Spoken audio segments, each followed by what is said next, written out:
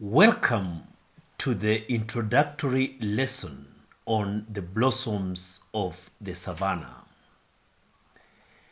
In this episode, we examine the social, political, economic, and cultural context through snapshots of the realities in our society from which the author draws his raw material.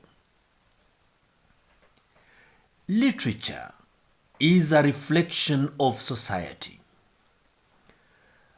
Writers write about what happens in society. It is therefore important for us to understand the context of the blossoms of the Savannah in order for us to apply its themes to our society. This novel is set in modern Kenya, and it mirrors the realities and the challenges facing most post-colonial African nations caught between traditional African practices and modernity. The big question is, how does the author of this novel draw from the reality of his society? What are the kind of issues he deals with that relate to our lives? This documentary presents a window through which readers of this novel can visualize its setting. First things first. Let us first focus on the author. Who is Henry Ole Kulet? Henry Ole Kulet was born in 1946 and is one of Kenya's most prolific authors. He has been writing consistently for the past 4 decades. He is known for his novels, which are rich in depicting our rich cultural heritage. The novels also depict aspects of our environment and experiences of the Maasai people.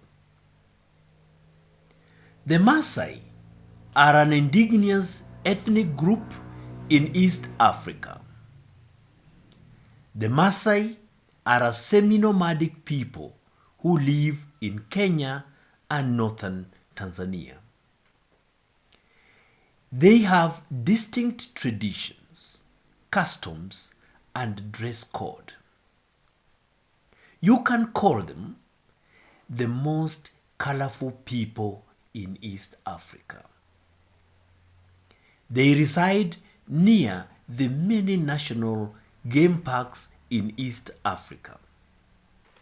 Henry Ole Kulet has written widely about the Maasai people and their culture. Among the novels he has published include Is It Possible? To Become a Man, Blossoms of the Savannah, Daughter of Ma, Vanishing Herds, Moran No More, Bandits of Kibi, and The Hunter. Henry Ole Kulet is in the class of renowned Kenyan authors who form the first and second generation of Kenyan writers. Other Kenyan writers in this class, whose books have been studied at Kcse, include Ngugi wa Thiong'o, Francis Imbuga, Margaret Ogola, Marjorie Oluthe Magoe, and Major Mwangi. So, what are the issues in our society from which Henry Ole Kulet draws his raw material in writing Blossoms of the Savannah? One of the issues that seems to preoccupy him is that of female genital mutilation. This is a rampant practice in our society. Female genital mutilation involves the partial or total removal of external female genitalia or other injury to the female genital organs for non-medical reasons. The practice has no health benefits for girls and women. Female genital mutilation causes severe bleeding and problems of urination. Later in life, it causes cysts as well as complications in childbirth and increased risk of newborn deaths. Unfortunately, more than 200 million girls and women alive today have been cut in 30 countries in Africa, the Middle East, and Asia, where female genital mutilation is practiced. Female genital mutilation is mostly carried out on young girls between infancy and age 15. Female genital mutilation is a violation of the human rights of girls and women. The Kenyan law outlaws this practice, but it is practiced secretly in many communities in Kenya. As we study the novel Blossoms of the Savannah, it will be important for us to relate it to the events in our society and the predicament of those who go through female genital mutilation. Another issue that Henry Ole Kulet deals with is that of the many other negative cultural practices in our society. Harmful traditional practices occur across all sexes. These include forced marriages and violence against women and girls. Other issues in our society include mistreatment and even killing of disabled children and child abuse. Some children are forced to drop out of school because of a myriad of cultural beliefs. It is important for us to reflect on these issues as we study Blossoms of the Savannah. The question we should ask ourselves is, how are these issues treated in the novel? This issue of tribalism and discrimination is a challenge in our society. This involves discrimination along lines of tribe, gender, or even geographical location. There are many religious and cultural conflicts in our society. Conflicts arise between those who have accepted modernity and those who hold onto traditional beliefs. We also have conflicts among religions in Kenya and the world over. These conflicts are brought about due to the fact that some people believe that their religions are superior to others. Some leaders of various churches also fight over leadership in their churches. Over the years, women have been oppressed and given limited opportunities to grow and realize their potential. The struggle to emancipate women has been ongoing. In Kenya, the 2010 Constitution made provisions for emancipation of women, but we are yet to fulfill the provisions of the Constitution through legislation, especially in terms of representation.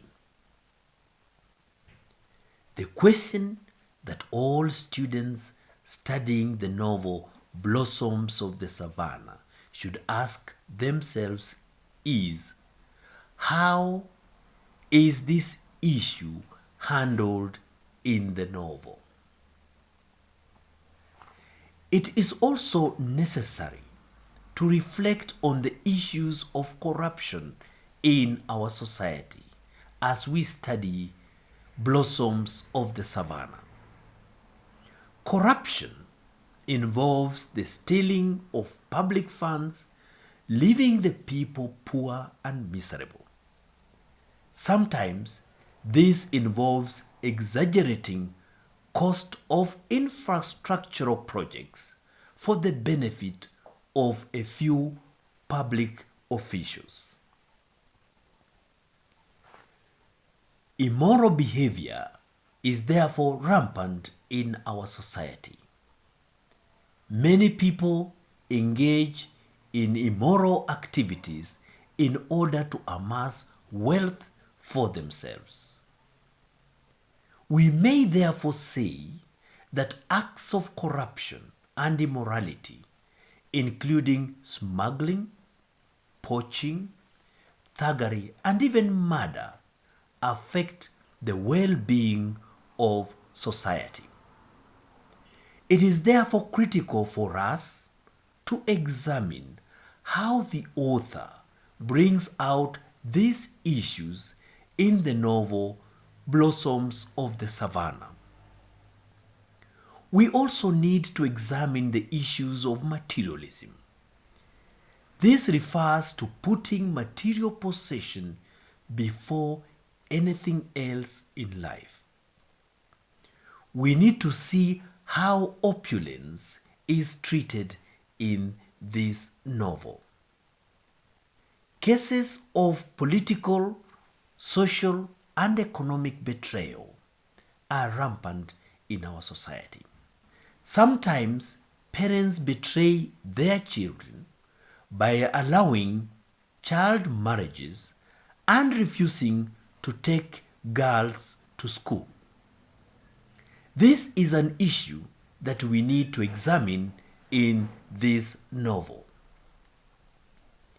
How do young people struggle in life to survive hard economic realities? And how is this brought out in this novel? All over the world, we meet many youngsters who have gone to school but have no jobs, and so they are simply involved in the struggle to survive. Once again, the question is, how is this issue treated in this novel? Patriarchy and male chauvinism is an equally critical issue in our society. Male chauvinism refers to the feeling of superiority by men and their domineering attitude over women in the society. We need to see how men dominate and suppress women in society and how this is brought out in the novel. The fight over scarce resources is another problem in our society. Pastoral communities including the Maasai, the Pokot, the Turkana, and many other communities fight over control of grazing grounds. Sometimes the violence involves rival clans. The traditional communities like the Ma community is often caught in these clashes. It is important to note that the novel Blossoms of the Savannah draws raw material from these issues that we have discussed. As we embark on the study of this novel, we need to relate the depiction of these issues in the novel to the reality in our lives as discussed in this episode. Let us now welcome you to the study of the Blossoms of the Savannah by Henry Ole Kulet. On behalf of my crew, Neka and Pambi, I would like to welcome you to like, share, comment, and subscribe to this channel. Subscription is free of charge. Once you subscribe, you will often receive our updates on the new episodes coming your way. I am Igara Kabaji saying goodbye.